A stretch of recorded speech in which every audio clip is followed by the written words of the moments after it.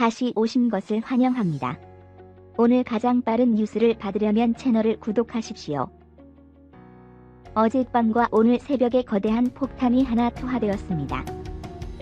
유시민 이사장과 KBS의 언론 왜곡 논란이 아직 제대로 진행되지 않은 상태에서 한겨레 신문의 하호영 기자가 윤석열 검찰총장이 김학의 성접대 파문대에 접대를 받았다고 하는 기사를 써 올렸기 때문입니다.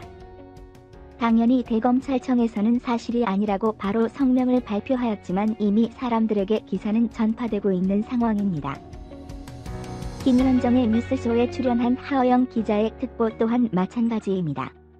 분명히 사람들의 관심을 받을 만한 사안이기는 하지만 정말로 그것이 사실인가는 확인이 필요한 지점입니다. 그러나 대중은 일단 한번 언론을 통해서 폭탄이 투하가 되면 그것이 사실인지 아닌지를 따지기보다는 그 폭탄의 자극성에 매료가 되고 그로 인해서 일단 비난을 하거나 감정적 쏠림으로 반응을 하게 됩니다. 김현정의 뉴스쇼에 출연한 하호영 기자는 성접대가 아니라 접대라고 다시 한번 이야기를 하고 윤석열 검찰총장과 관련한 언급을 하고는 있지만 그러나 한 가지 우리가 정말로 놓치지 말아야 하는 것은 언론의 기사라고 해서 무조건 사실이지 않다라는 것입니다. 물론 기득권 혹은 자신들의 이득을 위해서 무조건 움직이는 언론이 모두라고 이야기할 수 없지만 어쨌든 의도를 가지고 기사를 써올리는 것은 마찬가지입니다. 그렇기에 기자는 좀 더 스스로를 다독일 필요가 있습니다. 사실 그대로를 내보내는 것이 가장 좋기는 하지만 자신 스스로도 그것이 사실인지 아닌지를 확인하기 힘들거나 혹은 KBS의 지난 9월 방송처럼 자신이 의도한 대로 인터뷰를 왜곡하는 방식을 사용하는 경우도 있기에 스스로가 무조건 선이라는 생각을 버리고 객관적으로 상황뿐만 아니라 자신을 바라볼 필요가 있다는 것입니다.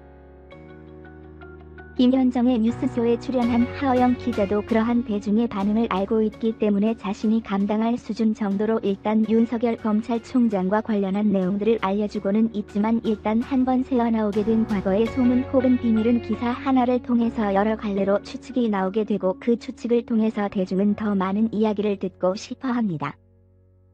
즉 대중이 알고 싶은 것은 사실이 아니라 자극적인 이야기라 할 수 있습니다.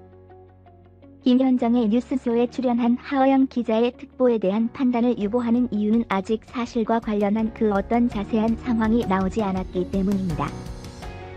대검찰청에서 일단은 부인하고 있는 상황이기는 하지만 지난 김학의 사건 자체를 제대로 수사하지 않았다라고 하는 원죄가 있기 때문에 이 문제에서 대검찰청의 이야기를 곧이곧대로 믿는 국민은 별로 없을 것입니다.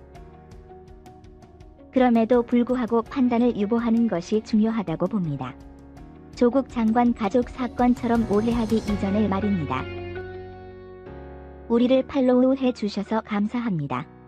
다음 비디오를 시청하십시오.